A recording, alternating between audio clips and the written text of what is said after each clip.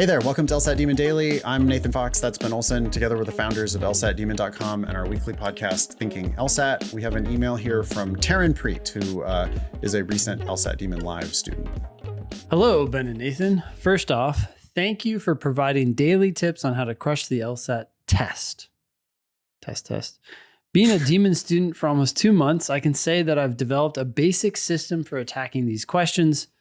I know time allows for more realizations, which help with the overall results, but I'm noticing that I'm falling victim to a subjective approach along this journey rather than an objective one. What do you mean by that? Yeah, I'm curious. I often catch myself being biased when I'm selecting these answers, which in most cases end up being wrong. Soon after that, I come to an instant realization of my mistake, followed by an accrual of regret, which typically weighs on my mind when I try to move on to another question.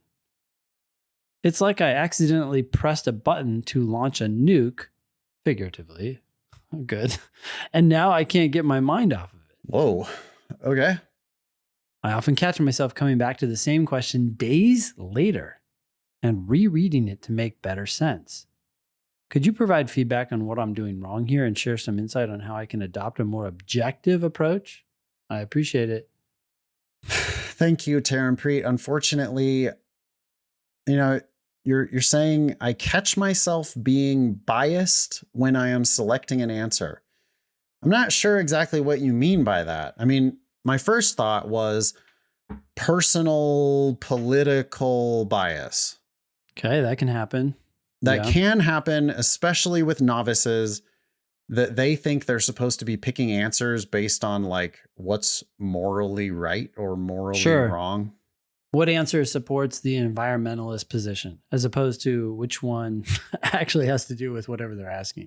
Well, it's always about supporting the argument right? So it's like, if the environmentalist is making an argument and it is a strengthened question, and you are in fact an environmentalist, you might be tempted to pick an answer that is like sort of favorable to the environmental position overall, while ignoring the actual dumbass argument that this particular environmentalist is making on the page. Yeah. And there, your problem, I don't know. It doesn't seem to me like subjectivity versus objectivity. It feels to me like you're not answering the question that's being asked. Yeah. You should be using a subjective and objective mindset, I think, when you attack LSAT stuff. I don't even know what to make of that particular advice. I would just say, what's the conclusion? What is it literally saying? Has it been proven? But frequently we do think about like, do you buy that in real life? Right? I mean, like, yeah. And so there you are using your own subjective analysis. You're thinking about it going, boy, if somebody said that to me, how would I feel about that?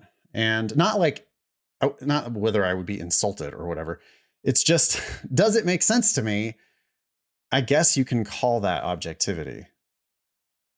But really, there is no objectivity, right? I mean, isn't everything like kind of subjective? I guess there's hard scientific facts that we can call objective, but we're still just really having hypotheses about the way we think that the universe works.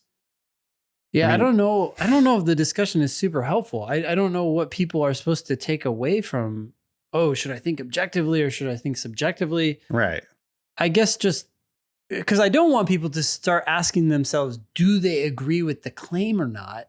I want to know, I mean, I guess I do on some level, but I'm more concerned about whether or not they agree with the conclusion, given the evidence that they just have to accept as true. Now, I'm okay with them saying, hey, I don't think that premise is true in real life, because that happens all the time. Right. But then you also then just have to immediately move on and go, well, that was presented as evidence, so I'm just going to accept that. For the sake of argument. That's a common phrase. For the sake of argument, if you accept these premises as true, this evidence is true, what do you think of the conclusion now?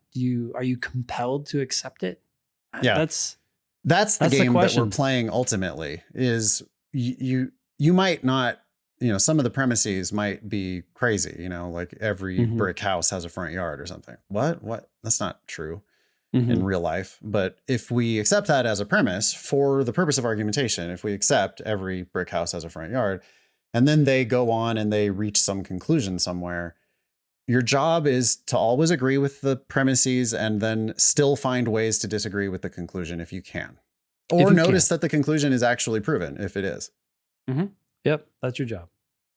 I'm a little concerned about this second part. I come to an instant realization of my mistake, followed by an accrual of regret. Well, Taranpreet is Canadian. You have to understand.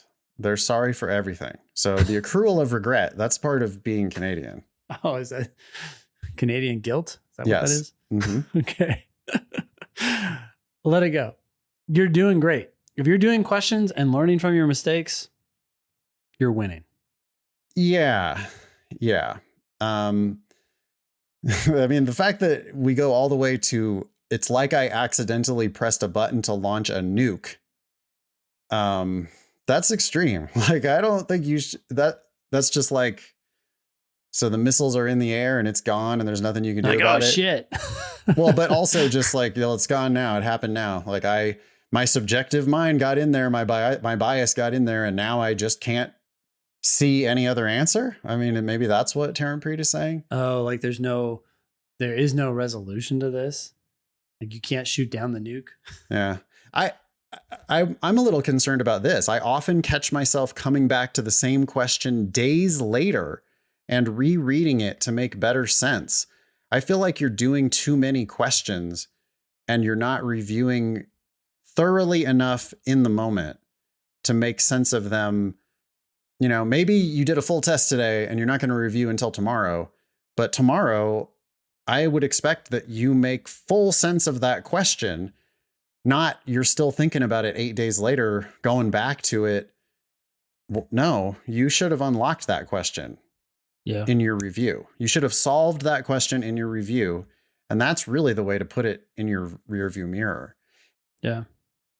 Even better than that, solve that question while you're doing the test.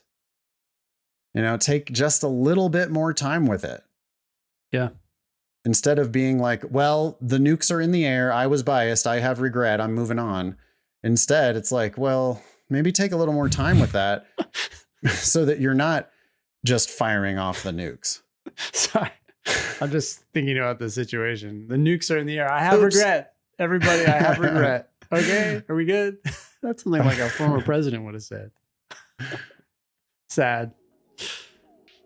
Thank you, Taranpreet. Email daily@lsatdemon.com if you'd like to ask us a question or share some LSAT or law school admissions news. Thanks for listening.